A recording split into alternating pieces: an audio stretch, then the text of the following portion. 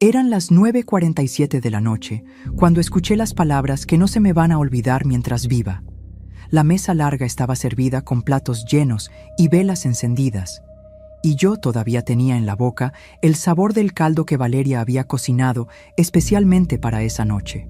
Alrededor de esa mesa había 23 personas, familia de Roberto, amigos suyos, 2 vecinas de ellos que yo no conocía.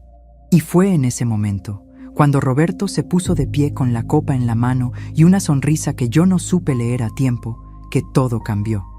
Me miró fijo, y en voz alta, para que nadie dejara de escuchar, dijo: Ya elegimos un buen asilo para usted, doña Patricia. Usted entiende, ¿verdad? El aire se me fue del pecho de golpe. Las manos se me pusieron frías sobre la servilleta doblada en mi regazo. Y las 23 personas que estaban sentadas alrededor de esa mesa se convirtieron, en un segundo, en testigos de algo para lo que yo no tenía nombre todavía. Volteé a ver a Valeria. Mi hija estaba sentada a 2 metros de mí. Tenía los ojos clavados en su plato. No los levantó. Hay momentos que no hacen ruido cuando te rompen. Ese fue uno de ellos. No grité, no lloré. Agarré mi bolsa del respaldo de la silla. Me puse de pie despacio, porque las rodillas ya no me responden cuando el corazón se acelera así, y caminé hacia la puerta sin decirle adiós a nadie, sin voltear, sin una sola palabra, solo el sonido de mis zapatos en el piso de madera del comedor, y detrás de mí, el silencio de mi hija que se me pegó a las espaldas como si tuviera peso propio. Y lo que hice esa noche cuando llegué a casa, eso cambió todo lo que vino después. Pero hay algo que necesitas saber antes. Yo no soy una mujer que se quiebra fácil. Y lo que encontré en ese sobre que llevaba meses guardado debajo de mi ropa, entre una cobija y el pasado, eso no lo tenía calculado nadie, ni mi hija, ni Roberto, ni yo misma. Si alguna vez sentiste que te borraron de un cuarto lleno de gente, si alguna vez lo diste todo y recibiste silencio a cambio, quédate conmigo. Porque lo que hice en las 72 horas siguientes no lo esperaba ninguno de ellos. Suscríbete al canal si todavía no lo has hecho y deja tu me gusta en este video. Quiero que estas palabras lleguen a quien las necesita escuchar hoy. Me llamo Patricia Morales. Tengo 61 años y durante casi 4 décadas fui la costurera más conocida de mi colonia en Guadalajara. No la más rica, no la más famosa, pero sí la más buscada. Las señoras del barrio llegaban a mi puerta con sus telas y con sus secretos, y yo los guardaba todos por igual. Aprendí el oficio de mi madre, que lo aprendió de la suya, y lo practiqué cada día en la misma máquina Singer, que todavía tenía el nombre de mi abuela rayado a navaja en la base de metal. Con estas manos, callosas en los dedos pulgar e índice del lado derecho de tanto enhebrar agujas a la luz de una lámpara, cosí vestidos de 15 años, trajes de boda, uniformes escolares y también los últimos trajes que se le ponen a quien ya no va a levantarse. Con estas mismas manos saqué adelante a mi hija sola, desde que ella tenía 4 años, y su padre decidió que tenía una vida más importante en otro estado. Valeria nació un martes de octubre, después de 17 horas de trabajo de parto que me dejaron sin fuerzas, pero con una certeza que no perdí nunca. Haría cualquier cosa por ella. No lo digo como frase de película.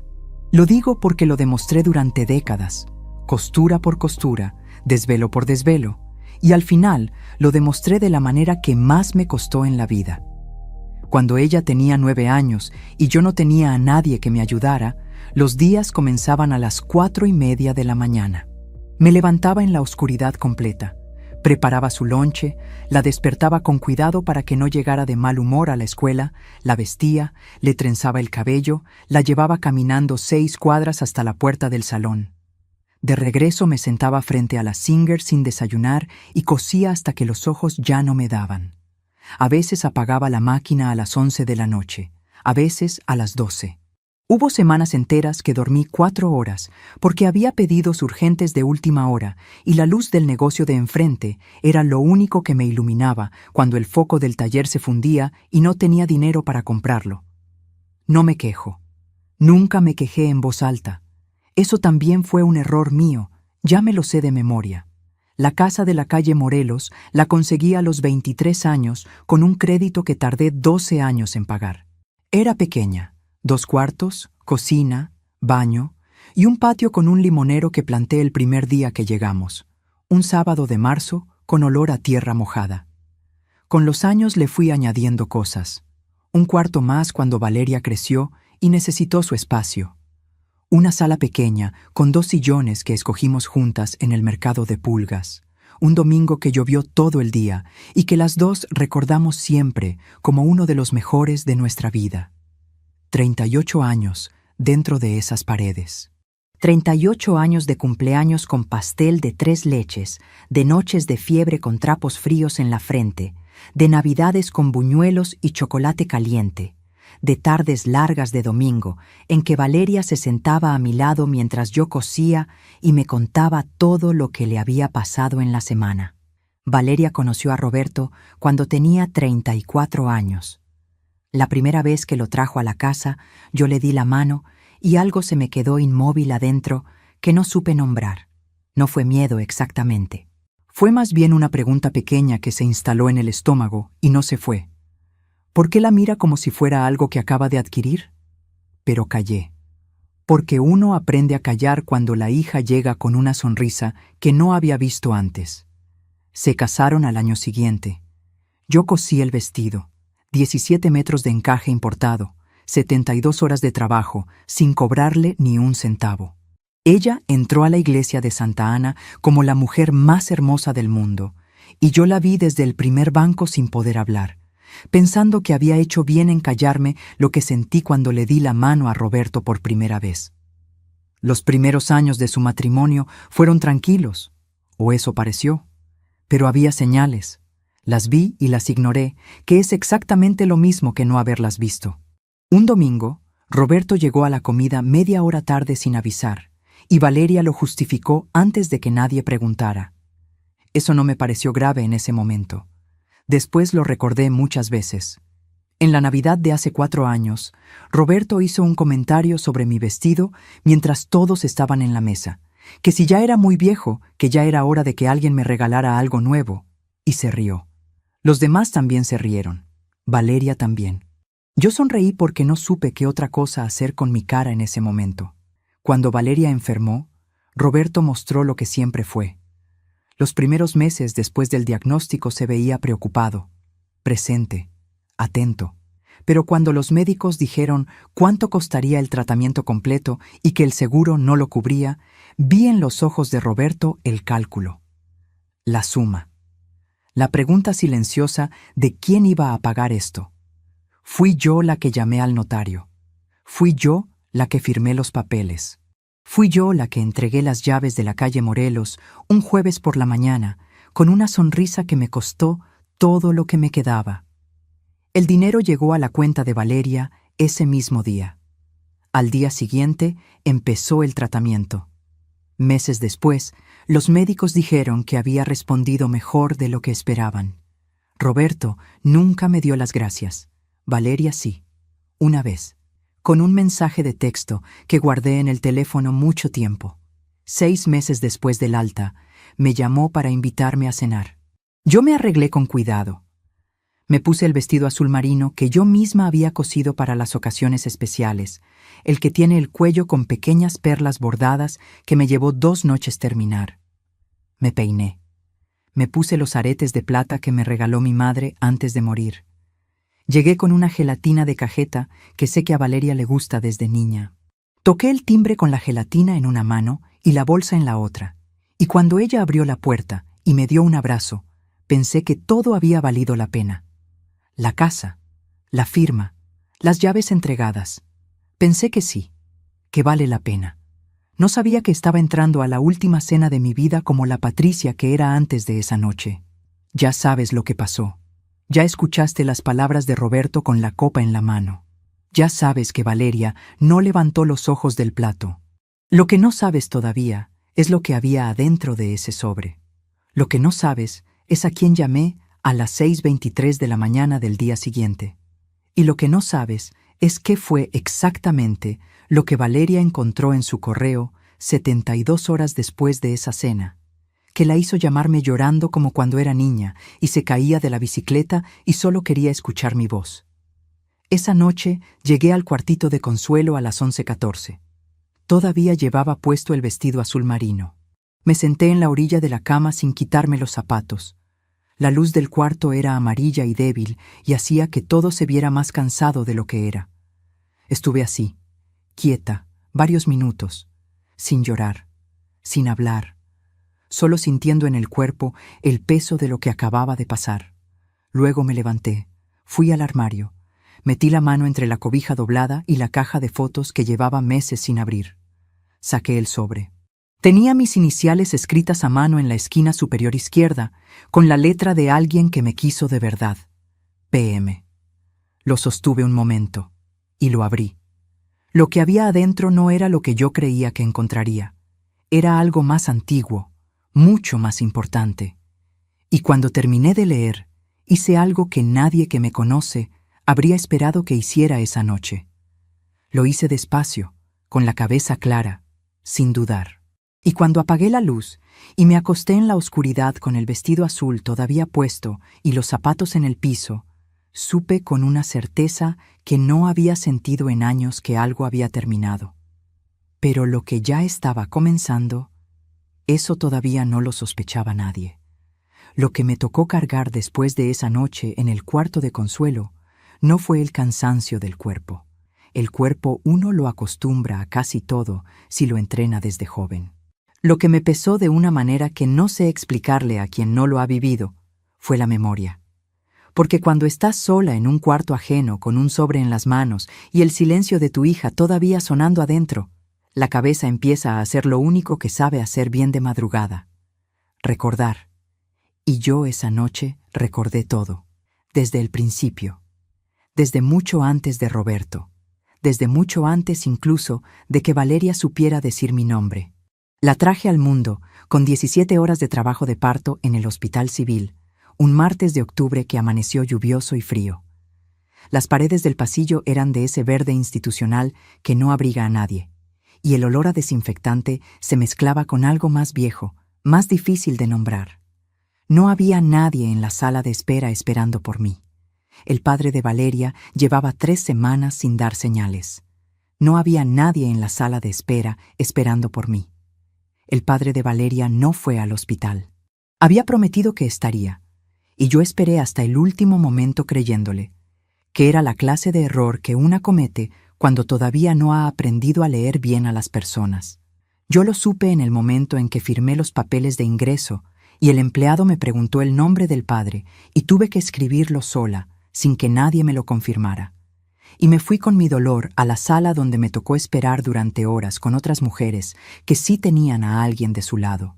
Las miraba de reojo, a esas mujeres acompañadas, y me decía que no importaba, que yo era suficiente para los 2, para los 3.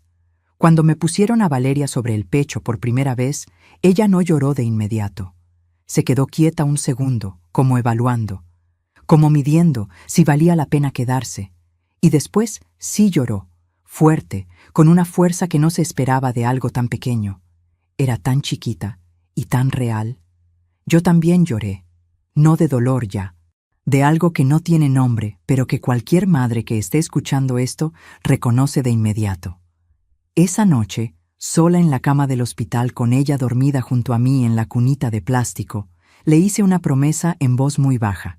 Le dije: no te va a faltar nada de lo que yo pueda darte. Y cumplí. Me rompí la espalda cumpliendo, pero cumplí. Los primeros años fueron duros en una manera muy concreta y muy física, no la dureza poética de las películas. La dureza de levantarte a las 4 de la mañana con los pies hinchados porque el día anterior estuviste parada 12 horas cosiendo, y aún así levantarte porque hay alguien que depende de ti y ese alguien todavía no sabe que el mundo puede ser cruel. Los zapatos de Valeria los compraba 2 tallas más grandes para que le duraran más tiempo. Los frijoles de los viernes los estiraba con lo que quedaba de la semana anterior. Hubo un invierno, cuando ella tenía 6 años, que el boiler se descompuso y estuvimos casi un mes bañándonos con agua calentada en la estufa. Y yo le decía que era un juego, que así se bañaban las princesas antes de que existiera la luz eléctrica. Y ella me creía y se reía, y yo la envolvía en la toalla caliente tratando de que no notara el frío que entraba por la ventana rota del baño que no tuve dinero para reparar hasta febrero. Había noches en que yo me acostaba después de revisar la tarea con ella y hacía cuentas en un papelito doblado junto a la cama, números que nunca cerraban del todo, pero que yo acomodaba de todas formas hasta encontrar la manera de que alcanzaran. Nunca le dije que teníamos poco. Le dije que teníamos lo suficiente. Y lo creí durante mucho tiempo. La Singer era lo más importante de la casa después de Valeria. Cuando empezaba a fallar, yo misma la desarmaba y la engrasaba siguiendo un manual viejo que tenía más manchas de aceite que palabras legibles. Aprendí a leer sus ruidos, el sonido seco que hacía cuando la aguja necesitaba cambio, el traqueteo suave que anunciaba que el hilo se había enredado abajo. Era como un idioma entre las dos, un idioma que solo yo entendía, y que a veces sentía más honesto que muchas conversaciones que tuve después con personas que sí hablaban. Esa máquina me pagó la escuela de Valeria, sus útiles, sus libros, la beca que no alcanzó, el dentista, la gripa de la que tardó 2 semanas en recuperarse cuando tenía 8 años, y yo no dormí bien en todo ese tiempo por miedo a que empeorara de noche. Y hubo momentos hermosos. Eso también es verdad, y no quiero que se pierda entre todo lo demás. Los domingos eran nuestros. Cuando Valeria tenía como 11 o 12 años, teníamos una rutina que ella misma inventó. Se levantaba antes que yo. Cosa rarísima porque de lunes a viernes había que sacarla de la cama casi jalándola, y me preparaba el café. Lo preparaba aguado y sin azúcar porque todavía no sabía bien las proporciones, pero yo me lo tomaba completo, sin decirle nada, sentada en el sillón con el periódico doblado en la mano, y ella se sentaba a mi lado con su propio vaso de leche y me contaba los sueños que había tenido esa noche. Tenía unos sueños rarísimos y muy detallados, siempre con animales que hablaban y lugares que no existían, y yo la escuchaba con una atención que le daba risa, como si fueran noticias importantes. Porque para mí lo eran. Eran la prueba de que su mente estaba viva, que imaginaba, que todavía no sabía lo ordinario que puede volverse el mundo cuando uno crece. Hubo un domingo de mayo, ella tendría como 13 años, que salimos a caminar por el Parque Agua Azul porque no teníamos dinero para nada más y necesitábamos salir de la casa. Compramos un elote con chile de un carrito, lo compartimos a medias y nos sentamos en una banca mirando los patos en el estanque. El sol de la tarde le daba en la cara y ella entrecerró los ojos y se veía tan tranquila, tan entera, que yo guardé esa imagen en algún lugar donde uno guarda las cosas que no quiere perder. Ella dijo, de la nada, «Mamá, cuando sea grande voy a tener una casa grandísima y te voy a dar el cuarto más bonito». Yo me reí. Le dije que no hacía falta. Ella insistió, «No, en serio, con jardín y todo». Y yo le creí. No porque fuera ingenua. Le creí porque venía de ella, y de ella yo creía todo. Esa niña que me prometió el cuarto más bonito tenía 13 años y comía a medias de mi elote, y me lo dijo con una convicción que yo debí haber guardado mejor. Porque 20 años después, cuando le tocó elegir, eligió diferente. Pero eso viene después. Cuando Valeria entró a la universidad, yo vendí el primer terreno que había comprado como inversión a los 40 años. No era grande, era un lote en las afueras, pero era mío y había tardado años en pagarlo. Lo vendí para que ella pudiera estudiar lejos de Guadalajara, en la ciudad donde había conseguido el lugar en la carrera que quería. Nunca le dije de dónde salió el dinero. Le dije que lo había ahorrado cosiendo bodas. No era del todo mentira. En esos años en que vivió en otra ciudad, nos llamábamos todos los días. Algunas veces, 2 veces. Yo le mandaba por autobús las cosas que le gustaban, salsa de mi mamá en tarros sellados, tamales envueltos en papel de China. Una vez le mandé su cobija de cuando era chica porque me dijo que le daba frío y que extrañaba su cuarto. Recibí la llamada de que había llegado bien la caja y me la imaginé abriendo cada cosa, despacio, como se abren las cosas que saben a casa. Y sentí algo que no sé describir de otra manera que no sea plenitud. Una plenitud sencilla, sin adornos, de las que no necesitan que nadie las vea para existir. Aquí es cuando tengo que parar un momento. Tengo que parar porque ahora mismo, mientras te cuento todo esto, hay algo que se mueve dentro de mí que no es tristeza exactamente. Es algo más complicado. Una pregunta que me hice muchas noches después de la cena aquella, sola en el cuarto de Consuelo, mirando el techo. ¿Lo hice mal yo? ¿Le di tanto que no aprendió a valorar nada? ¿Le resolví tanto que nunca supo lo que cuesta resolver? ¿Le protegí tan bien de la dureza que no reconoció el sacrificio cuando lo tuvo enfrente? Uno se lo pregunta. Uno siempre se lo pregunta. Porque es más fácil encontrar el error propio que aceptar que alguien a quien amaste así, de esa manera tan completa, tomó decisiones que no tienen que ver contigo. No tengo la respuesta todavía. O sí la tengo, pero todavía me cuesta decirla en voz alta. Necesito detenerme aquí un momento porque mientras te cuento esto, pienso en cuántas personas me están escuchando ahora mismo que también lo dieron todo, que también se levantaron de madrugada, que también vendieron algo que les costó años para que alguien que amaban no sufriera. ¿Tú también lo viviste? ¿Tú también te lo has preguntado alguna vez? Escríbeme en los comentarios. Cuéntame tu historia. Quiero que sepas que no estás solo, no estás sola, que lo que sentiste tiene nombre, aunque nadie te lo haya dicho todavía. Cuando Valeria se graduó, yo cosí el vestido que llevó a la ceremonia. Lo cosí en 4 noches, con los ojos ya cansados y la espalda protestando a cada hora. Cada puntada era mía, con hilo y con historia. Y cuando ella salió de la iglesia con el diploma en la mano y me buscó con la mirada entre la gente, ese segundo valió cada puntada, cada noche de desvelo, cada terreno vendido. Valió el boiler descompuesto y el elote compartido y los sueños aguados de los domingos. Valió todo. Roberto entró en su vida 2 años después de la graduación. Y aquí hay algo que necesito ser honesta. Los primeros años con él, Valeria parecía contenta. O yo necesitaba creer que lo era, que puede ser lo mismo. Pero hubo momentos. Hubo cosas pequeñas que registré sin querer archivarlas. Una Navidad, Roberto llegó a la comida con su familia antes que Valeria. Yo estaba en la cocina terminando el pozole. Él entró, se sirvió un vaso de agua, miró el cuarto sin decir nada y me preguntó, ¿Valeria no llegó todavía? Solo eso, sin saludarme, sin los ojos en mí siquiera, como si yo fuera parte del mueble. Yo dije que no, que tantito. Él asintió y salió a la sala. Yo me quedé parada junto a la olla con la cuchara en la mano, sintiendo ese silencio particular que dejan las personas que no nos ven. El tipo de silencio que duele más que un insulto, porque al menos el insulto te reconoce. Y me dije que quizás lo había escuchado mal, que quizás estaba distraído. Decidí no pensar más en eso. Cuando vino el diagnóstico de Valeria, las palabras del médico cayeron en el cuarto de espera como objetos pesados. Lo primero que hice fue calcular. No de tristeza, de costumbre. Desde que Valeria tenía 4 años, ante cualquier problema, lo primero que hacía era calcular qué tenía y qué podía mover.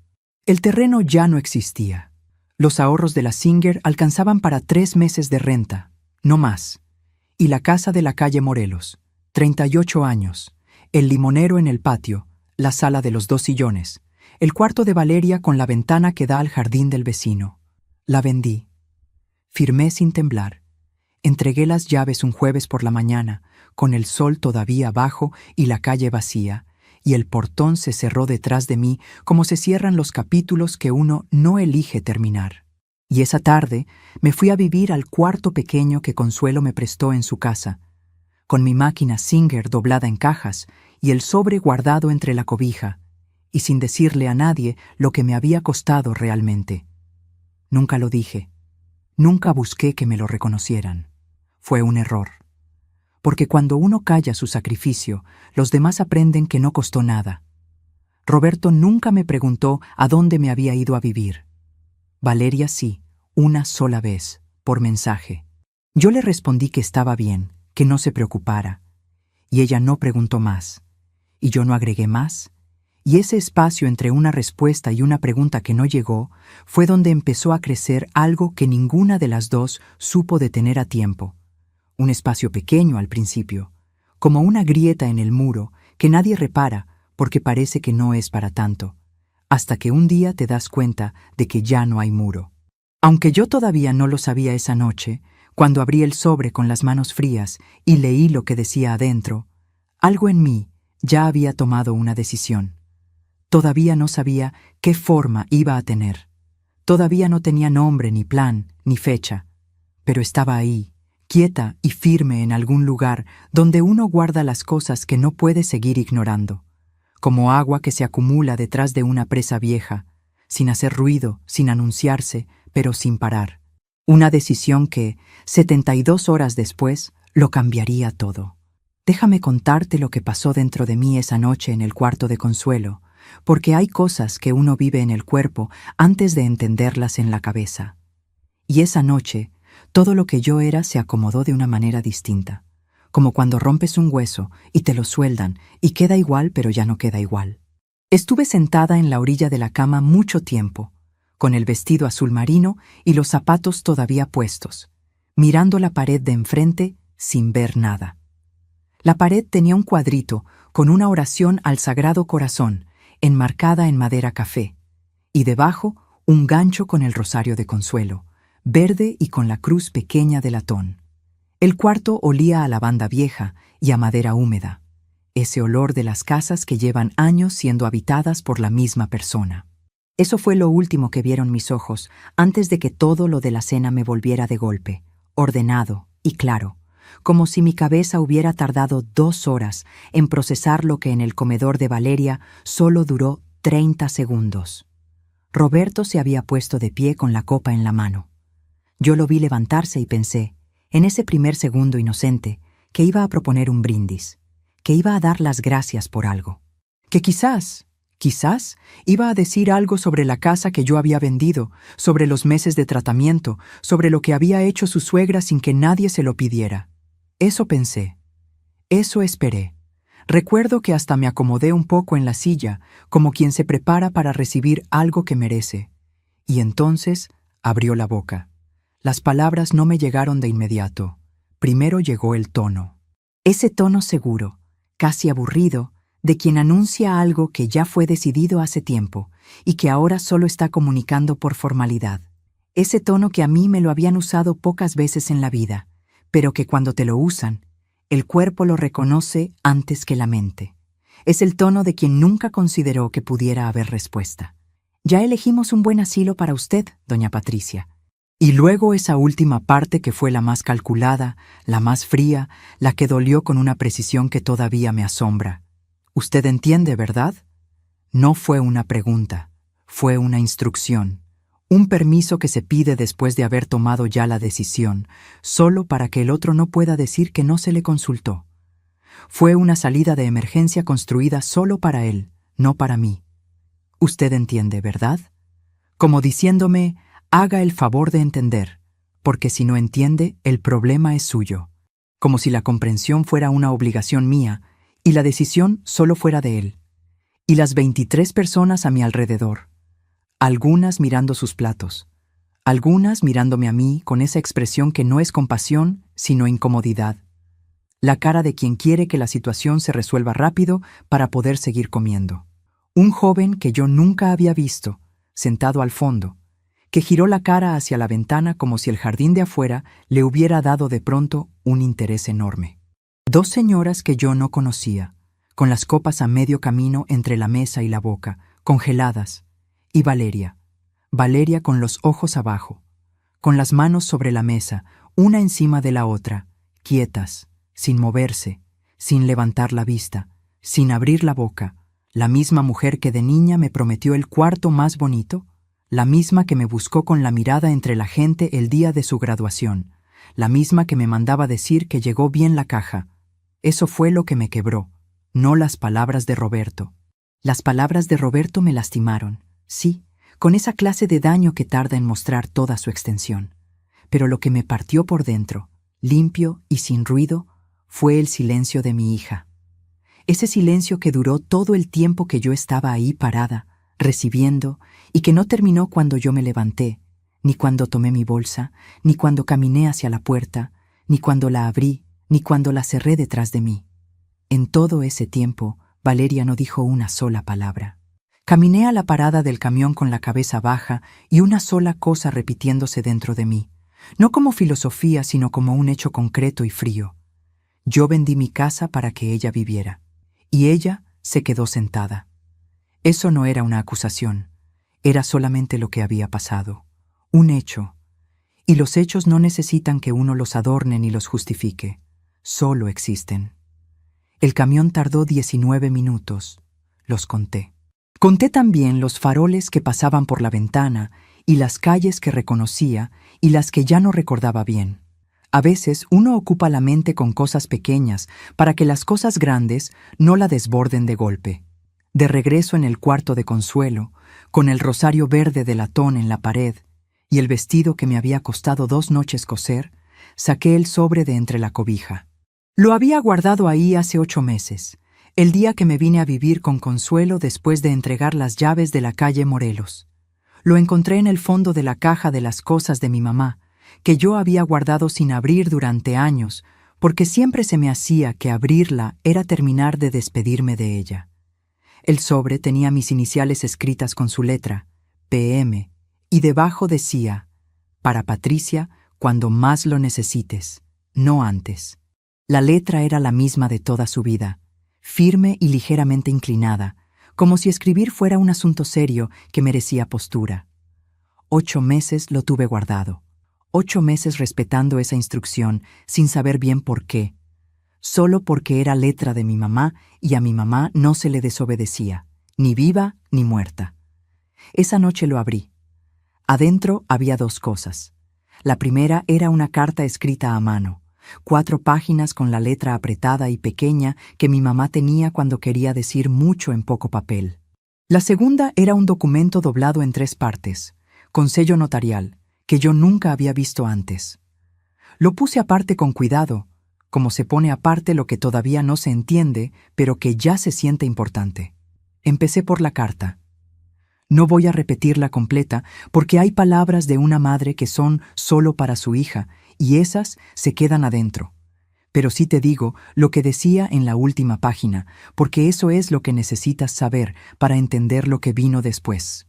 Mi mamá me contaba que cuando yo tenía 22 años y estaba embarazada y sola, ella había hecho algo sin decirme nada. Había ido con un notario de su pueblo, en Jalisco, con un pedazo de tierra que le había dejado su padre a ella, y lo había registrado a mi nombre. Solo a mi nombre. Sin decírselo a ninguno de mis hermanos, sin decírmelo a mí. Escribió que no me lo dijo porque en ese momento yo tenía suficiente con lo mío, y que quería guardarlo para cuando yo lo necesitara de verdad. Que si estaba leyendo esa carta, era porque ese momento había llegado, y que esperaba que cuando llegara, yo supiera qué hacer con ello. Desdoblé el documento. Era una escritura notarial.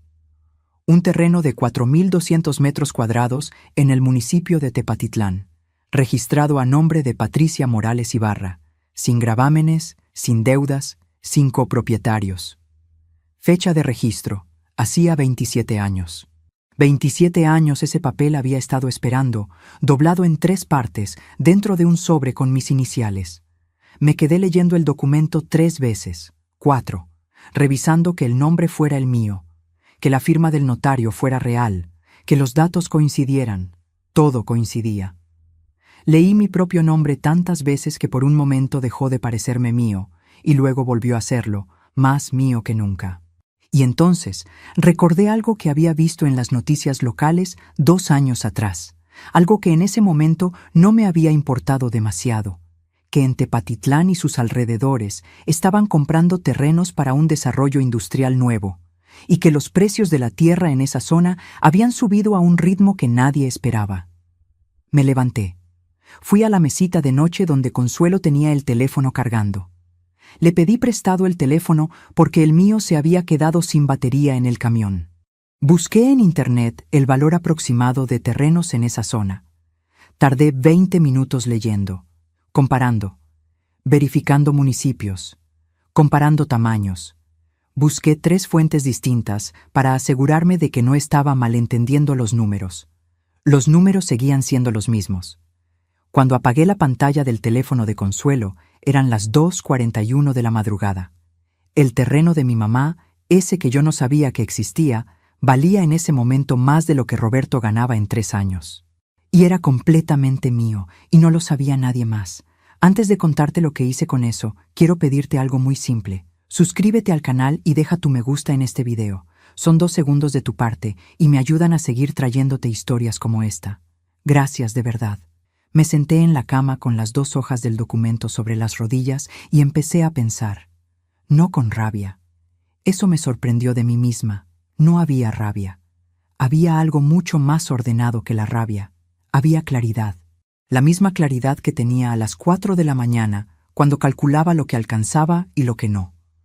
Solo que esta vez los números estaban del otro lado. Pensé en Roberto con la copa en la mano y el tono de quien comunica en vez de preguntar. Pensé en Valeria con los ojos abajo y las manos quietas. Pensé en las 23 personas. Pensé en la gelatina de cajeta que yo había llevado y que quedó sobre la barra de la cocina sin que nadie la tocara. Pensé en el vestido azul marino que había cosido para las ocasiones especiales y que ahora estaba arrugado en la orilla de una cama prestada. Pensé en las llaves de la calle Morelos que había entregado un jueves por la mañana sin temblar. En el limonero del patio que ya no era mío. Y pensé en mi mamá, que 40 años atrás había ido a un notario con su tierra y mi nombre y su silencio, y había esperado a que yo lo necesitara de verdad, que me había enseñado a coser, a callar, a aguantar. Y que, sin decirme nada, también me había enseñado esto, que a veces la protección más poderosa no hace ruido hasta que la necesitas. Mamá, pensé, lo necesito de verdad. No iba a gritar. No iba a llamar a Valeria a las 3 de la mañana a reclamarle. No iba a presentarme en su puerta con el documento y escenas. Eso no era lo mío. Nunca lo fue. Y además, no era necesario. Las personas que gritan avisan. Las personas que actúan en silencio no avisan. Y yo iba a actuar en silencio. Guardé la carta de mi mamá debajo de la almohada. El documento notarial lo doblé con cuidado, con esa misma precisión que se usa para doblar tela fina, y lo metí dentro del forro del bolso, en ese bolsillo pequeño que nadie revisa nunca. Apagué la lámpara, y en la oscuridad, con los ojos abiertos mirando el techo del cuarto de Consuelo, empecé a construir el plan. No todo de una vez, por piezas. Como se cose un vestido complicado. Primero decides qué forma quieres que tenga, luego buscas las herramientas, luego cortas, luego unes. Cada costura en su momento, sin apurarse, sin equivocarse. A las 6:23 de la mañana, cuando el cielo afuera todavía tenía el color gris del amanecer temprano y los pájaros empezaban a moverse en el árbol del patio, llamé a Ernesto. Ernesto Fuentes era el hijo de un notario con quien mi mamá había trabajado décadas atrás. Lo conocía desde niño, cuando todavía usaba uniformes de escuela, y me pedía que le enseñara a amarrar los cordones. Era abogado de bienes raíces y tenía fama de ser muy bueno en lo que hacía y muy discreto en lo que sabía. Lo llamé a esa hora porque sabía que él madrugaba. Contestó al segundo timbrazo, como si también él estuviera esperando algo esa mañana. Le dije, «Ernesto, tengo un documento de mi mamá que necesito entender bien. ¿Puedes verme hoy?» Hubo una pausa.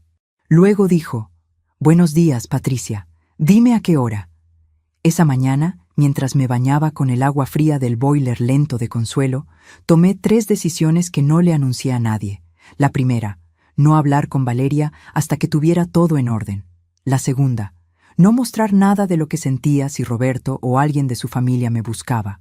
La tercera, moverme rápido, pero sin que pareciera urgencia. La misma manera en que siempre me había movido cuando algo importante dependía de mí, sin escándalo, sin pausa, sin vacilar. Lo que exactamente iba a hacer con ese terreno, con ese documento, con ese nombre que mi mamá había escrito en una escritura notarial 27 años atrás. Eso todavía no lo sabía con precisión. Tenía la dirección general. Sabía hacia dónde caminar. Lo que no sabía era hasta dónde iba a llegar el temblor cuando Roberto descubriera que la señora del asilo tenía algo que él nunca calculó, y que lo había tenido todo el tiempo. Ernesto Fuentes tenía su oficina en el segundo piso de un edificio color ocre cerca del centro, con una escalera angosta que crujía en el tercer escalón y un letrero de madera que decía su nombre con letras doradas, ya un poco desvanecidas. Llegué a las 9 de la mañana con el documento en el bolso y los ojos de quien no durmió, pero con la espalda recta. Mi mamá siempre me dijo que la espalda es lo primero que traiciona a una persona cuando tiene miedo. Yo entré a esa oficina con la espalda recta. Ernesto me recibió de pie, me dio la mano con las dos suyas, como hacía su papá, y me indicó la silla frente a su escritorio. Tenía el mismo escritorio enorme de madera oscura que yo recordaba de cuando era chico y me llevaba de vez en cuando a las juntas de su padre con mi mamá. Esas juntas de adultos, donde uno se sentaba en una silla demasiado grande y fingía entender de qué hablaban. Le entregué el documento sin decir mucho.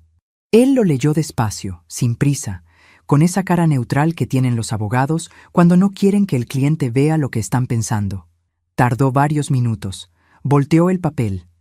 Revisó el sello notarial. Levantó la vista. «Patricia», dijo, «¿sabes cuánto tiempo tienes este documento?» Le dije que lo había encontrado apenas la noche anterior, que era de mi mamá, que no sabía que existía. Él asintió despacio. Puso el documento sobre el escritorio con un cuidado que me dijo más que cualquier palabra. «El registro está vigente y limpio», me dijo. «Nadie ha movido esto en 27 años. Y la zona donde está ese terreno se detuvo». Me miró. «¿Has visto los precios que están manejando por tierra en Tepatitlán este año?» Le dije que sí, que había buscado la noche anterior. «Entonces ya sabes», dijo. Ya sabía. Le expliqué la situación sin darle todos los detalles. Le dije que había vendido mi casa para pagar un tratamiento médico, que ahora vivía en un cuarto prestado, y que había personas en mi vida que habían tomado decisiones sobre mi futuro sin consultarme. No dije nombres, no hice falta. Ernesto escuchó sin interrumpirme. Cuando terminé, apoyó los codos en el escritorio y entrelazó los dedos. «¿Qué quieres hacer?», me preguntó. Esa fue la pregunta correcta. No me dijo lo que debía hacer. Me preguntó lo que yo quería. Y eso, viniendo de alguien en esa silla, fue lo más poderoso que me dijeron en mucho tiempo.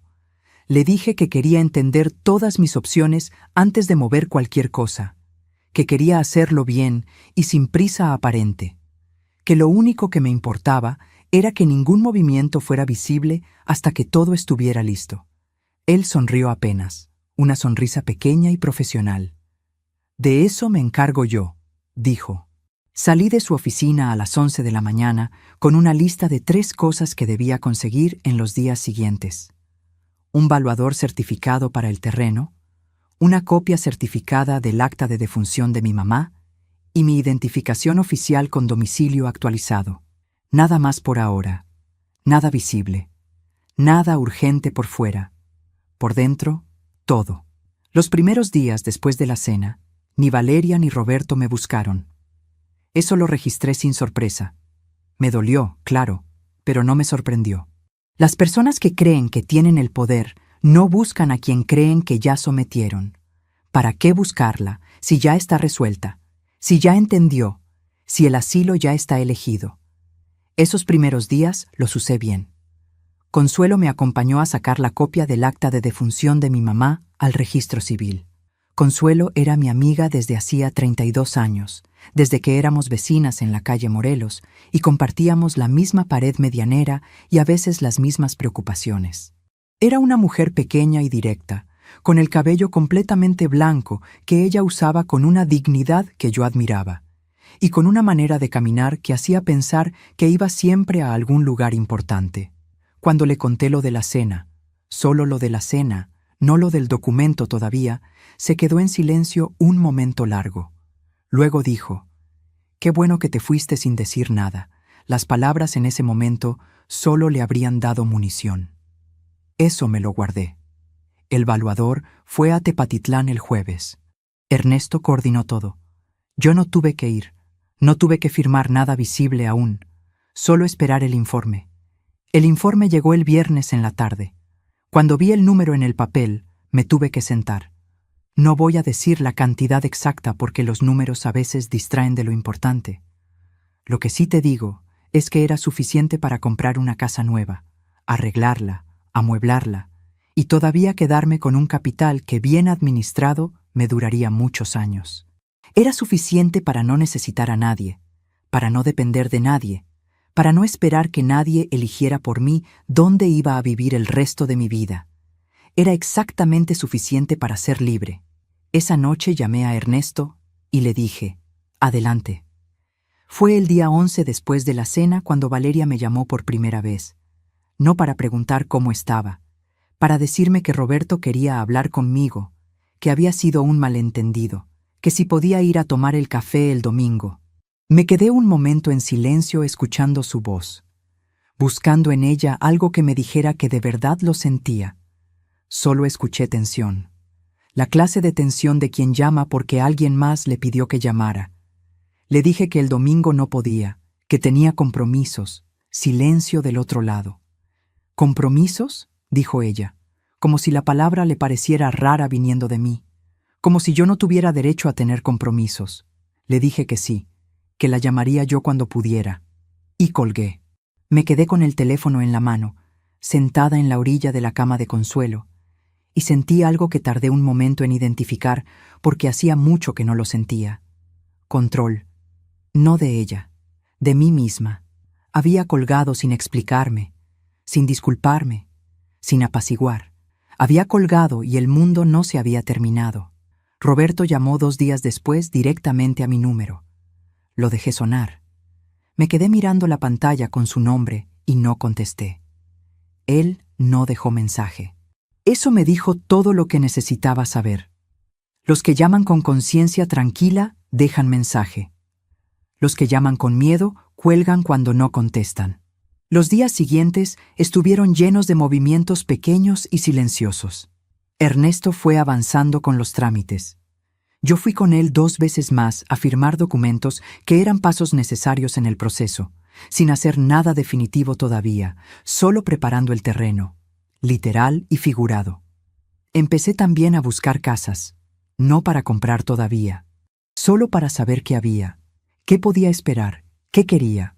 Fue en una de esas búsquedas, un martes por la tarde en que Consuelo y yo estábamos sentadas en la mesa de su cocina con el teléfono entre las dos, mirando anuncios de casas en renta y en venta, cuando pasó algo que todavía me hace sonreír, aunque no debería. Consuelo señaló una casa en una colonia tranquila, con un jardín pequeño y una cocina de azulejo azul, y dijo, «Esa tiene buena energía». Yo la miré y le pregunté de dónde sacaba que una foto tenía energía. Ella se encogió de hombros y dijo con toda seriedad, «Lo sé por el árbol del patio. Los árboles no mienten». Nos reímos, las dos al mismo tiempo, con esa risa que sale de adentro y que uno no planea. Una risa de señoras mayores en una cocina pequeña con el café ya frío, mirando casas en un teléfono, con el mundo afuera moviéndose sin que nadie nos avisara. Fue un momento tan ordinario y tan nuestro que se me quedó grabado más que muchas cosas importantes. Pero la risa duró poco, porque esa misma noche, Roberto se presentó en casa de Consuelo. Antes de contarte lo que pasó en ese momento, necesito preguntarte algo. Si tú estuvieras en mi lugar, después de todo lo que te he contado, con ese documento en el bolso y el plan ya en marcha, ¿habrías abierto esa puerta o la habrías dejado cerrada? Escríbeme en los comentarios. De verdad quiero saber qué habrías hecho tú. Consuelo fue quien escuchó el timbre. Vino a avisarme en voz baja. Patricia, es el señor S. No dijo su nombre. Solo el señor S. Y en esas 3 palabras estaba todo lo que Consuelo pensaba de Roberto, resumido con una precisión que ningún discurso largo habría igualado. Le dije que lo dejara pasar. Entró al cuarto de Consuelo, que ella nos prestó porque era el más privado, con una expresión que yo no le había visto antes. No la expresión segura de quien anuncia cosas frente a 23 personas con una copa en la mano. Esta era otra. Era la expresión de un hombre que ha estado haciendo cuentas y que los números no le están saliendo bien. Se quedó parado cerca de la puerta. Yo estaba sentada en la silla, él de pie, yo sentada, y aún así, yo era la que estaba más tranquila en ese cuarto.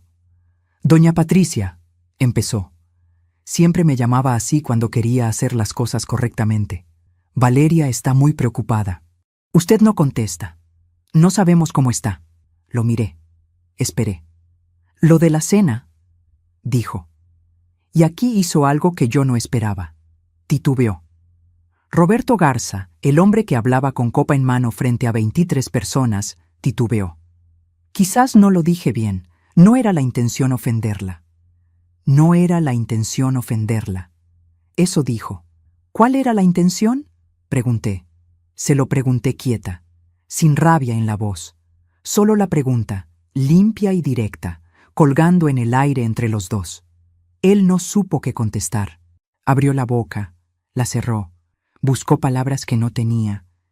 Y en ese silencio suyo empecé a ver lo que realmente era Roberto cuando le quitabas la copa y el público y el tono de autoridad.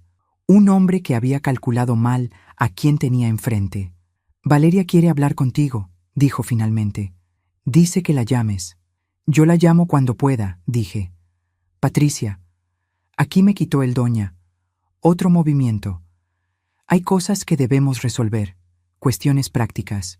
Usted sabe que la situación nuestra no es fácil tampoco. El tratamiento costó mucho y...» «Roberto», lo interrumpí, con calma, con el mismo tono que él usaba para decir cosas que no eran preguntas. «Vine aquí a descansar. Cuando yo tenga algo que decir, lo diré. Por ahora no tengo nada que decir». Él me miró un momento largo, buscando en mi cara algo que no encontró. Buscando a la Patricia que había dejado la cena sin decir nada, la que no contestaba los teléfonos, la que ya debería estar suplicando que le explicaran bien lo del asilo. Buscando esa señora y no encontrándola. «¿Está bien?», me preguntó, y esta vez sí hubo algo diferente en el tono. No compasión, algo más parecido al comienzo del miedo. «Perfectamente», dije. Se fue 10 minutos después, no sin antes mirar el cuarto como lo hacía siempre, evaluando, calculando. Esta vez, sus ojos se detuvieron un segundo en el bolso mío que estaba sobre la silla. El bolso con el documento adentro, en el bolsillo que nadie revisa nunca. Cuando escuché que la puerta principal se cerraba, Consuelo asomó la cabeza por el pasillo y me preguntó cómo me había ido. Le dije que bien. Ella me miró con esos ojos que tienen las amigas de 30 años que no necesitan que uno les explique nada. Ya le entró el susto, dijo. Sí, ya le había entrado. En los días siguientes, las llamadas aumentaron. Primero Valeria, luego Roberto, luego Valeria otra vez, con un mensaje escrito que decía que estaba preocupada, que por favor le avisara que estaba bien, que podían hablar. Yo contesté ese mensaje con 4 palabras. Estoy bien. No te preocupes. Y no agregué más. Ernesto me llamó un jueves para decirme que ya teníamos interesados formales en el terreno. 3 personas distintas, con ofertas escritas. Me leyó los números. Me senté a escucharlos con el mismo cuaderno donde apuntaba los pedidos de costura en otro tiempo. Ese fin de semana fui sola a Tepatitlán. Quería ver el terreno una vez antes de que dejara de ser mío. Tomé el autobús temprano, con un bolillo y un café en termo, y llegué al municipio cerca de las 10 de la mañana. El terreno estaba en las afueras, cerca de un camino de terracería que en la época de lluvia se llenaba de lodo, pero que ese día de sol estaba seco y claro. Era un terreno grande, plano, con un mezquite solitario en una de las esquinas que debía tener más años que yo. Me quedé parada ahí un momento con el viento en la cara. Pensé en mi mamá caminando por ese mismo suelo décadas atrás, firmando un papel con su letra apretada y pequeña, guardando el secreto por amor. Pensé en todo lo que ella guardó callado para protegerme. Y pensé que lo que yo estaba a punto de hacer era la continuación de algo que ella empezó sola, en silencio, mucho antes de que yo tuviera la edad de entenderlo. «Gracias, mamá», le dije en voz baja al mezquite y al viento. Luego me subí de regreso al autobús. El martes siguiente, Ernesto me llamó con la oferta final. Era la más alta de las tres. Un desarrollo privado que quería el terreno para un proyecto de expansión. La cifra era real, verificada y lista para escriturar en cuanto yo firmara la aceptación. Firmé. 2 días después, Valeria llegó a casa de Consuelo sin avisar. Llegó sola, sin Roberto. Toqué la puerta yo antes de que Consuelo pudiera salir, porque la reconocí por el timbre. Ese timbre corto y doble que ella siempre ha usado desde niña. 2 golpes rápidos, como pidiendo permiso y avisando al mismo tiempo. Abrí. Estaba delgada, más de lo que la recordaba de la cena.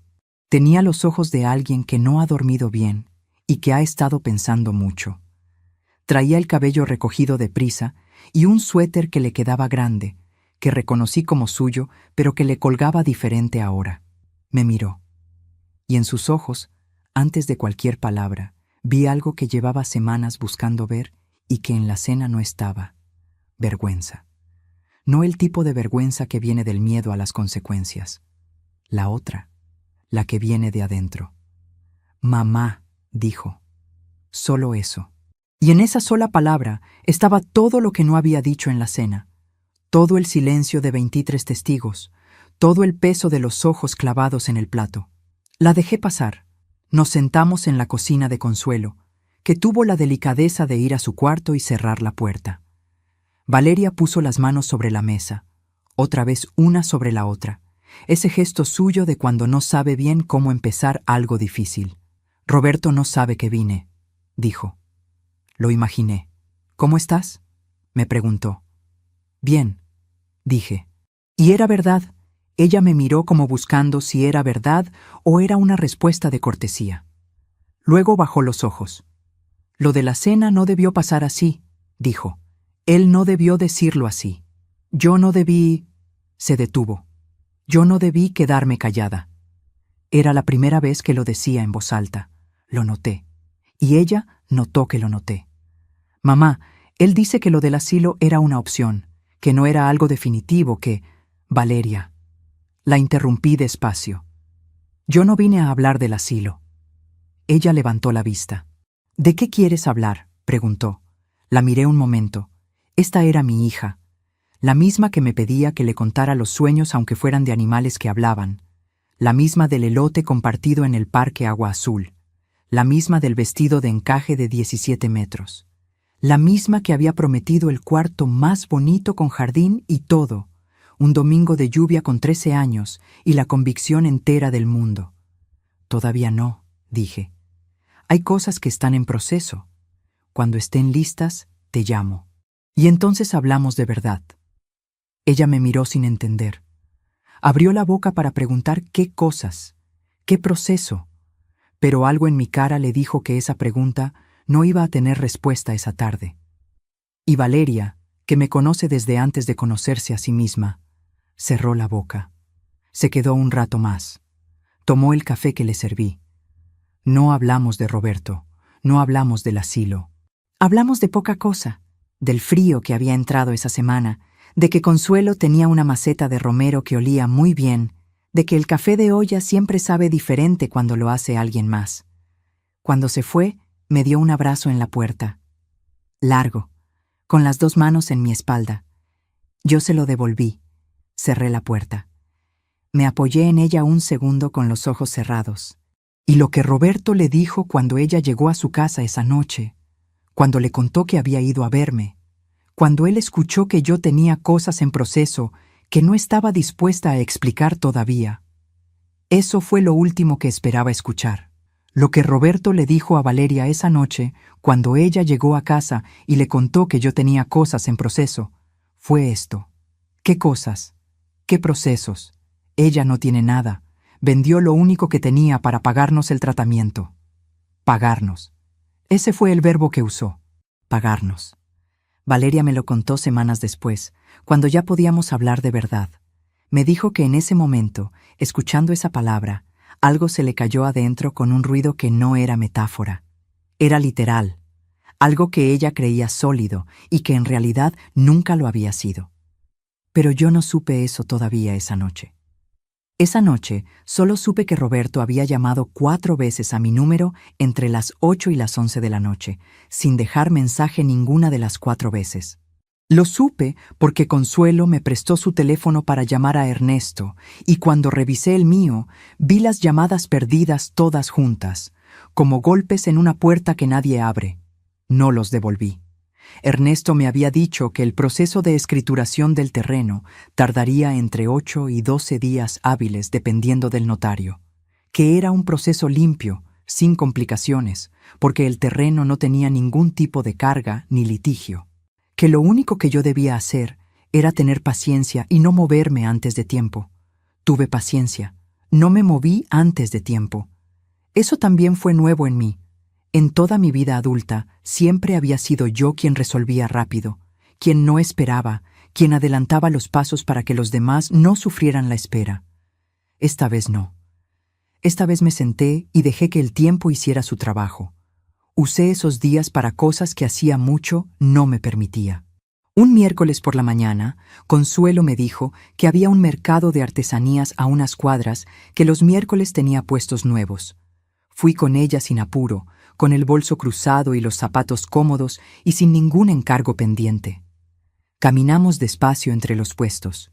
Telas bordadas de Oaxaca, canastos de palma, barro negro de Coyoacán, rebozos con flecos largos. Me detuve frente a un puesto de hilos y estuve mirando los colores durante varios minutos sin comprar nada, solo mirando. El señor del puesto me dijo que si quería podía tocarlos. Los toqué. El hilo de seda tenía una suavidad que me recorrió los dedos como agua tibia y me acordé de golpe de mi mamá enseñándome a distinguir la calidad de una tela por la manera en que resbala entre los dedos. Me compré 3 carretes de colores que no necesitaba para nada. Me los llevé a casa de Consuelo y los puse sobre la mesita de noche y los miré toda la tarde con una satisfacción que no tenía explicación lógica, pero que era completamente real. Esa semana también empecé a dormir más horas. No lo decidí. Me pasó. El cuerpo, cuando por fin le das permiso de descansar, cobra todo lo que le debes de una vez. Me dormía a las 9 de la noche y no abría los ojos hasta las 6:30 de la mañana. Y en ese sueño largo y sin interrupciones, mi cuerpo fue soltando cosas que llevaba años cargando sin saber. Un jueves, en la tarde, saqué la Singer de las cajas, no para trabajar, solo para tenerla, para verla. La armé en la mesa del cuarto con los mismos movimientos que tengo memorizados en las manos desde los 15 años. Y cuando quedó lista y la encendí, y escuché ese zumbido constante y familiar que no ha cambiado en décadas, cerré los ojos un momento. Ese sonido era mi vida entera. Era mi mamá. Era la calle Morelos. Era Valeria de 4 años durmiendo en el sillón, mientras yo cosía de noche. Era todo lo que yo había sido y que nadie me podía quitar porque vivía adentro de ese sonido, no en ninguna propiedad que se pudiera vender o firmar. Cosí un mantel pequeño para Consuelo, sin que me lo pidiera, solo porque sí. Fue durante esos días tranquilos que recibí la llamada que lo cambió todo de dirección. No fue Valeria, no fue Roberto, fue don Aurelio, el vecino de la calle de al lado de la antigua casa de la calle Morelos, que me había conseguido el número de Consuelo no sé cómo. Me llamó para decirme que quería contarme algo. Me dijo que Roberto había ido a hablar con la nueva dueña de mi casa, que había preguntado si el contrato de venta tenía algo irregular, que había preguntado si la señora Morales le había dicho algo al notario que pudiera complicar la transacción. Me quedé en silencio escuchando a don Aurelio. Roberto estaba buscando algo. No sabía qué, pero estaba buscando. Y eso me dijo que ya tenía miedo. No del asilo, no de la cena, no de lo que yo pudiera decirle a la familia. Tenía miedo de algo concreto que no podía identificar. Tenía miedo de lo que no sabía. Eso era exactamente donde yo quería que estuviera. Le di las gracias a don Aurelio. Le mandé saludos a su esposa. Colgué. Fui al cuarto. Me senté frente a la Singer apagada. Puse las manos sobre la tela del mantel de Consuelo, a medio terminar, y estuve así un momento quieta con los dedos sobre el algodón azul y blanco. Aquí necesito detenerme, porque lo que voy a contarte ahora es algo que a mucha gente le puede costar entender si no lo ha vivido. Cuando uno ha pasado décadas dando, resolviendo, cediendo, callando, llega un momento en que recibir se siente extraño, incómodo casi, como un idioma que uno entiende, pero que le cuesta hablar porque hace mucho que no lo practica. Esos días en casa de Consuelo, con la Singer y los hilos de colores y las mañanas largas, yo estaba aprendiendo a recibir de nuevo, a recibir el descanso, a recibir el tiempo, a recibir lo que mi mamá me había dejado sin pedirme nada a cambio. Era raro, y era lo más necesario que había hecho en años. La escrituración quedó lista un viernes, a las 2:30 de la tarde. Ernesto me llamó para avisarme, y en su voz había algo parecido a la satisfacción tranquila de quien hizo bien su trabajo. Me dijo que todo estaba en orden, que el depósito llegaría a la cuenta que yo había indicado en un plazo de 72 horas hábiles, y que ya podía disponer del dinero libremente en cuanto llegara. Esa noche comí con Consuelo un caldo de pollo que ella hizo desde temprano con epazote del jardín y fideos gruesos, y tomamos café de olla después con piloncillo y canela, y no hablamos de Roberto ni de Valeria, ni del terreno, ni de nada importante.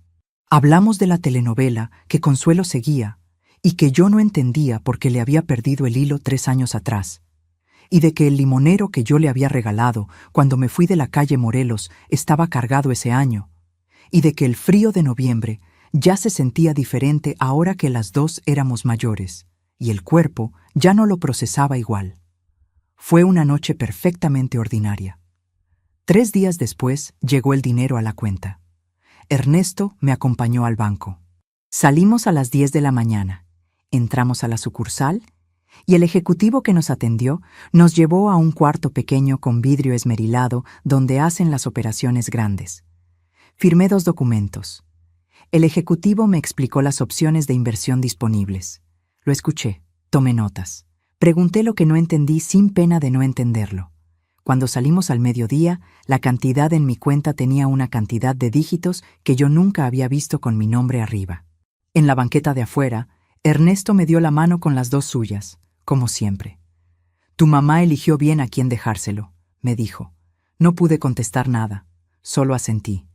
En esos días, Roberto hizo algo que yo no esperaba. Fue a ver a mis hermanos. Tengo 2 hermanos mayores, Gilberto y Marco, con quienes no tengo una relación cercana, pero que existen y que en situaciones de familia aparecen. Roberto fue a verlos, por separado, y les dijo que yo estaba actuando de manera extraña, que no contestaba teléfonos, que tenía trato con un abogado que no conocían, que él estaba preocupado por mi estado mental. Eso me lo contó Gilberto mismo cuando me llamó, con esa voz de hermano mayor que tiene cuando cree que debe intervenir en algo que no le corresponde. Le escuché. No me molesté. Le dije, «Gilberto, estoy perfectamente bien. Tengo dinero en el banco, tengo abogado y estoy tomando mis propias decisiones por primera vez en mucho tiempo. Si eso le parece extraño a Roberto, es su problema, no el mío». Silencio del otro lado. «¿Dinero?», dijo Gilberto. «Dinero», repetí. «El que mamá me dejó. ¿Él te habló del terreno de Tepatitlán?». Más silencio. Roberto no le había hablado del terreno, porque Roberto no sabía del terreno. Nadie sabía todavía. Gilberto colgó sin decir mucho más. Calculé que en menos de 1 hora llamaría a Roberto, que Roberto procesaría la información, que la expresión de su cara en ese momento iba a ser algo que yo nunca iba a ver, pero que podía imaginar con mucha claridad. 2 días después, Valeria me llamó llorando. No el llanto de quien quiere manipular, el llanto de quien acaba de ver algo con claridad que antes no podía ver y que ahora no puede dejar de ver. Un llanto de llegada, no de manipulación. Contesté.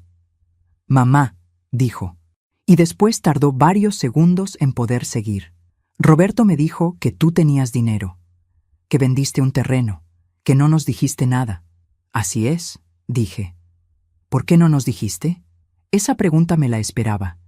Y tenía la respuesta lista, no porque la había preparado para hacerle daño, sino porque era la verdad más simple del mundo. «Porque no era asunto de ustedes», dije. «Era mío». Silencio largo. «Mamá, Roberto está muy alterado. Dice que...». «Valeria». La interrumpí con el mismo tono de siempre, el tono de madre que ella reconoce desde que aprendió a escucharlo. Yo quiero hablar contigo, solo contigo, sin Roberto. ¿Puedes venir mañana en la mañana? Tardó un momento. Sí, dijo. Bien, aquí te espero. Llegó a las 10 de la mañana con los ojos todavía rojos de la noche anterior. Le hice el café. La senté. Y esta vez sí hablamos de verdad. Le conté del sobre de mi mamá. Le conté del terreno. Le conté la escrituración. Le conté los números. No todos, pero los suficientes. La vi escuchar con una atención que tenía algo de dolor y algo de asombro, y algo de una vergüenza que ya no era la de la cena, sino algo más profundo y más personal. Cuando terminé, ella no dijo nada por un momento largo. Luego dijo: «¿Vendiste tu casa para pagarme el tratamiento?» «Sí». «¿Y tenías este terreno sin saber?» «Sin saber.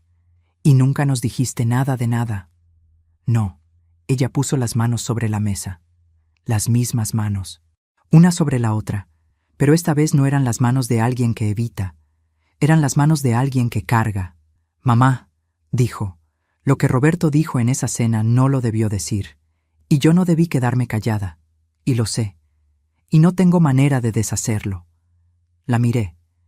«No tienes que deshacerlo», dije. «Tienes que decidir cómo vas a seguir». Eso fue todo lo que dije en ese momento. No más. No le pedí que se separara de Roberto. No le pedí que me pidiera perdón de rodillas. No le di una lista de condiciones. Le dije lo único que era verdad, que el pasado ya estaba hecho y que lo que importaba era la dirección de ahora en adelante. Ella asintió despacio. Se fue una hora después. Y antes de salir, en la puerta, me dio un abrazo que duró más que el de la vez anterior. Cuando lo soltó, tenía los ojos brillosos, pero no estaba llorando. «Te llamo mañana», dijo. «Aquí estaré», dije. 3 semanas después de esa conversación, encontré la casa. No la del árbol que Consuelo decía que tenía buena energía, aunque esa también era bonita. Encontré una diferente, una casa pequeña en una colonia tranquila de Guadalajara, con 2 cuartos, cocina con ventana al jardín y un patio en el fondo con un naranjo joven que el dueño anterior había plantado hacía 4 años y que ya daba sombra. La visité un martes de noviembre con Ernesto y con Consuelo. Caminé por cada cuarto despacio. Me paré en la cocina y miré por la ventana el jardín con el naranjo. La luz de la tarde entraba horizontal y amarilla y hacía que todo se viera como dentro de una fotografía de las buenas. Firmé los papeles esa misma semana. El día que me dieron las llaves fue un jueves gris y frío, de esos días que en Guadalajara llegan sin avisar en noviembre y que huelen a lluvia próxima, aunque no llueva. Ernesto me entregó el juego de llaves en la puerta de la notaría, en un sobre manila pequeño con mi nombre escrito a máquina. Lo abrí ahí mismo, en la banqueta. Saqué las llaves. Eran 2, una grande, plateada, para la puerta principal, y una más chica, de latón oscuro, para la reja del jardín. Las tuve en la palma de la mano un momento, sintiendo su peso. No eran las llaves de la calle Morelos. Eran otras. Eran mías de una manera diferente. No de décadas y sacrificios y desvelos. Mías de una decisión tomada en silencio, de un sobre abierto a medianoche. De una madre que me conoció mejor de lo que yo me conocía a mí misma. No dije nada. No hacía falta decir nada. Cerré los dedos sobre las llaves. Las guardé en el bolsillo pequeño donde antes había guardado el documento notarial, y eché a caminar hacia donde Consuelo me esperaba en el café de la esquina. El naranjo del patio me estaba esperando también. Y la Singer, que Consuelo me había ayudado a trasladar ese mismo día, ya estaba adentro sobre la mesa de la cocina, lista, con el zumbido de siempre guardado adentro, esperando que yo lo despertara. Han pasado 11 meses desde que cerré los dedos sobre esas llaves en la banqueta de la notaría. 11 meses que se sienten, en algunas cosas, como si fueran 11 años, y en otras, como si fueran 11 días. El tiempo hace eso cuando uno cambia, se estira y se comprime según lo que uno mide. Esta mañana me desperté a las 7 sin alarma, que es algo que antes no podía hacer porque el cuerpo no sabía descansar sin culpa. Me desperté con la luz que entra por la ventana del cuarto que da al jardín. Esa luz de mañana temprana que tiene un color distinto al de cualquier otra hora del día, casi blanco, casi sin sombra. Me quedé unos minutos quieta en la cama mirando el techo de mi casa. Mi techo. El naranjo afuera movía las ramas con el viento y la sombra de las hojas se proyectaba en la pared como un dibujo que cambia de forma sin prisa. Luego me levanté, me puse la bata y fui a la cocina a preparar el café. Eso es lo primero que hago cada mañana desde que llegué aquí. Café de olla, con piloncillo y una raja de canela, en la cazuela de barro que compré en el mercado con Consuelo el primer sábado que vivía en esta casa. El olor del café con canela, llenando la cocina, mientras afuera apenas empieza a moverse el mundo, es una de las cosas más sencillas que existen, y también una de las más poderosas. Hay mañanas en que me siento con mi taza frente a la ventana del jardín y no pienso en nada concreto. Solo miro el naranjo y escucho los pájaros y el ruido lejano de la calle, y siento algo que tardé mucho tiempo en aprender a reconocer porque confundía con conformismo. Eso que siento es paz. Y la paz no es conformismo. La paz es lo que queda cuando uno ya no gasta energía aguantando lo que no debe aguantar. Roberto se fue de la casa de Valeria hace 7 meses. No me alegré cuando lo supe. Eso también me sorprendió de mí misma. No hubo alegría. Hubo una especie de reconocimiento silencioso, como cuando ves que algo que ya sabías que iba a pasar finalmente pasa. Valeria me llamó un miércoles por la tarde y me dijo que Roberto había sacado sus cosas durante el fin de semana mientras ella estaba en casa de una amiga, que había dejado una nota sobre la mesa del comedor, esa misma mesa larga donde hacía casi un año él se había puesto de pie con una copa en la mano, que la nota era breve y estaba escrita a computadora, impresa, sin firma a mano. Eso me dijo mucho de él, también al final. Ni siquiera puso su nombre de su puño y letra. Valeria no lloró cuando me lo contó, o si había llorado ya, para cuando me llamó ya lo había procesado. Me habló con una calma que yo reconocí porque era la misma calma que yo había aprendido a usar cuando las cosas duelen, pero ya no sorprenden. Le pregunté cómo estaba de verdad. Tardó un momento.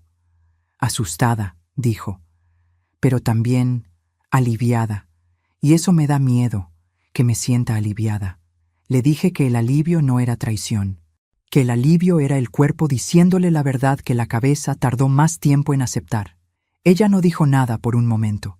Luego dijo, ¿cómo aprendiste a hablar así, mamá? Me reí. Le dije que aprendí a las malas, que era la peor manera de aprender, pero también la que más se queda. Desde entonces nos vemos los domingos. No todos los domingos, no de manera rígida, no con obligación, pero la mayoría. Ella llega cerca de las 11, toca el timbre con ese doble golpe corto de siempre, y yo ya tengo el café puesto y algo en la cocina que varía según el domingo. A veces tamales de un puesto que descubrí a 3 cuadras y que son de los buenos. A veces algo que yo preparé. A veces solo pan dulce y fruta. La cantidad no importa. Lo que importa es la mesa puesta cuando ella entra. El domingo pasado fue diferente a los demás. Llegó con algo envuelto en papel de estraza, con un listón rojo amarrado de cualquier manera, como lo atan los que no tienen maña para hacer moños, pero quieren hacer el intento de todos modos. Me lo puso en las manos sin decir nada y se quedó parada en la puerta de la cocina, mirándome con esa cara de cuando era chica, y me daba algo que había hecho ella sola y quería ver mi reacción antes de saber si había quedado bien. Lo abrí despacio. Era un mantel, bordado a mano. Punto de cruz, azul marino sobre tela cruda, con un diseño de naranjas y hojas alrededor del borde. No era el trabajo de una bordadora experta. Los puntos no eran todos del mismo tamaño. Había un lugar donde el hilo se había enredado y ella lo había resuelto como pudo. Pero era un mantel bordado por las manos de mi hija, para mi mesa, en mi casa nueva. No dije nada por un momento. Lo puse sobre la mesa de la cocina. Lo extendí con las 2 manos, despacio, alisando las esquinas. Le quedaba exacto al largo. Las naranjas del borde quedaron justo en los 4 lados, simétricas sin que nadie las hubiera medido. El azul marino era casi el mismo azul de mi vestido de las ocasiones especiales, el que todavía cuelga en el armario del cuarto. Alcé la vista hacia Valeria. Ella tenía los ojos brillosos, pero estaba sonriendo. «Tardé 3 meses», dijo. Se me olvidaba y lo retomaba. Consuelo me enseñó el punto. Consuelo. Le había pedido ayuda a Consuelo sin decirme nada. Las dos conspirando en silencio del lado bueno. No le dije que era perfecto, porque no lo era en el sentido técnico. No le dije que estaba bien bordado, porque los puntos no eran uniformes. Le dije lo único que era completamente verdad. «Es lo más bonito que hay en esta casa», le dije. Y lo es. Todavía está puesto en la mesa de la cocina. Cada mañana cuando me siento con mi café frente a la ventana, ese mantel está debajo de la taza, con sus naranjas bordadas y sus puntos desiguales y las manos de Valeria en cada hilo. No necesito más explicación que esa. Roberto intentó contactarme una vez, hace como 4 meses. Me mandó un mensaje escrito, breve, que decía que quería disculparse por lo de la cena. Lo leí. Lo dejé sin respuesta 3 días. Luego le respondí 4 palabras. «Está bien. Cuídate mucho». No porque lo perdonara con la clase de perdón que borra todo, sino porque cargarlo adentro con rabia me costaba energía que ya no estoy dispuesta a gastar en quien no la merece. El perdón que yo aprendí este año no es el que le devuelve el lugar a quien lo perdió. Es el que me devuelve el peso a mí. Él no volvió a escribir. Yo no lo extrañé. Consuelo viene a visitarme los jueves. Se sienta en el sillón de la sala con su café y me habla de la telenovela que sigue, que ya va en no sé qué temporada, y yo escucho aunque no entienda, y de vez en cuando hago una pregunta que la hace reír porque demuestra que perdí el hilo hace mucho tiempo. El jueves pasado me trajo esquejes del romero de su jardín para que lo plante en el mío. Los tengo en un vaso con agua en el alféizar de la ventana de la cocina, esperando que echen raíz. La Singer está sobre la mesa del cuarto que convertí en taller. No cocío para vender, o no mucho. Solo cuando me llega algún encargo de las señoras del barrio que me fueron encontrando de a poco, como siempre pasa en los barrios donde uno empieza desde cero. Cocío también para mí. El mes pasado terminé una blusa que llevaba meses planeando, de lino verde claro, con el cuello que siempre me he querido hacer y que antes nunca hacía porque decía que no tenía tiempo. Resultó exactamente como la imaginé. Me la puse un domingo y Valeria me dijo que me veía muy bien y le creí sin necesitar que me lo dijera 2 veces. Eso también es nuevo. Creerme las cosas buenas sin pedirles que las repitan. Hay noches en que todavía me viene el recuerdo de la cena, las 23 personas, el tono de Roberto, el silencio de Valeria, el sonido de mis zapatos en el piso de madera. Esos recuerdos no desaparecen y yo ya no espero que desaparezcan. Lo que cambió es lo que hacen cuando llegan. Antes me aplastaban. Ahora los recibo, los dejo pasar y le doy las gracias a esa noche por haberme llevado a abrir el sobre que llevaba 8 meses guardado entre una cobija y el pasado. Mi mamá sabía lo que hacía cuando escribió para Patricia, cuando más lo necesites. No antes. Ella me conocía. Sabía que si me lo daba antes, yo lo habría usado para resolver algo de alguien más. Esperó a que yo lo necesitara para mí sola. Y llegó exactamente cuando tenía que llegar. Hay algo que aprendí este año que no aprendí en ninguno de los 61 anteriores, o que quizás aprendí, pero no practiqué. Que la dignidad no es un privilegio que uno se gana portándose bien.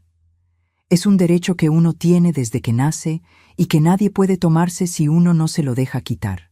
Yo lo dejé. Durante mucho tiempo, por amor, por miedo, por costumbre de cargar sin quejarse, lo dejé. Y lo que descubrí es que el amor de verdad, el que dura, no pide que uno se quite la dignidad para entregarlo. El amor que te pide eso no es amor. Es otra cosa con el mismo nombre. Si tú estás escuchando esto y hay algo en esta historia que reconociste, algo que se movió adentro tuyo, aunque no quisieras que se moviera, quiero que sepas que no estás solo ni sola, que lo que sientes tiene nombre, que es posible llegar a los 60 años o a los 70 con lo que uno tiene, con lo que queda, y empezar de nuevo. No igual que antes, mejor, diferente, más liviano. que a veces la vida guarda lo que uno necesita en un sobre que no debe abrirse antes de tiempo, y que cuando llega el momento, llega completo. Deja tu me gusta en este video, no por un número, sino para que yo sepa que hay alguien del otro lado que también entiende lo que es cargar mucho y en silencio. Suscríbete al canal para que la próxima historia llegue hasta ti. Y si conoces a alguien que necesita escuchar esto hoy, una amiga, una hermana, tu mamá, tu vecina, tu comadre que lleva meses aguantando lo que no debe aguantar, compártelo con ella. A veces, la historia de otra persona nos da el valor que a nosotros nos faltaba para abrir el sobre que llevamos demasiado tiempo sin abrir.